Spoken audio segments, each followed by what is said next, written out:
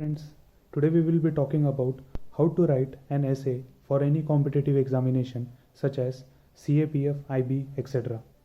First of all, it's very easy. It only consists of 5 things. First is introduction. For introduction, you can use three things. First, any historical perspective of that thing. Second would be fact. Third would be definition of that stuff. Second thing is causes of that thing. What led to that situation? What led to that thing would come in second paragraph. Third would be what are the impacts which are caused by that thing. What are the impacts that is caused by that thing. Fourth would be its solutions. What could be the probable solutions through which we won't have to face it again. And fifth and last is conclusion. For conclusion, you can use always fundamental rights, DPSPs, sustainable development goals, and four vision of our forefathers. So we will take an example of it. Let's take an example such as poverty. As I have told you, introduction can be its definition or its fact.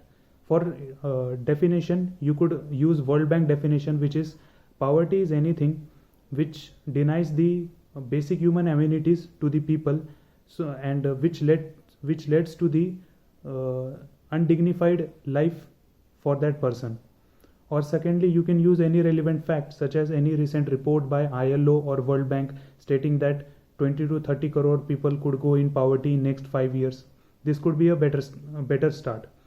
Second, what are the causes of poverty? We all know what are the causes of poverty, such as malnutrition, unemployment, excessive urbanization. These are the causes. Third would be its impact. What are the impacts of poverty? As we all know, it could lead to illiteracy, increase in crime rate, unhealthy lifestyle, etc. Fourth, what are the probable solutions of poverty? We all know that providing of education, health, better infrastructure facilities, providing of livelihood could help in eliminating poverty. And fifth, we could use that eliminating poverty is one of the first sustainable development goal which India has to achieve by 2030. Its first sustainable development goal. Or you can also use it in fundamental right and DPSPs, where it is stated for the welfare of the people. It goes against that, so we need to eliminate it. So these are all the stuffs which can be used, and there are only 5 steps. First, introduction. Second, what are the causes of that stuff. Third would be impacts. Fourth is solutions, and fifth is conclusion. That's it. Thank you.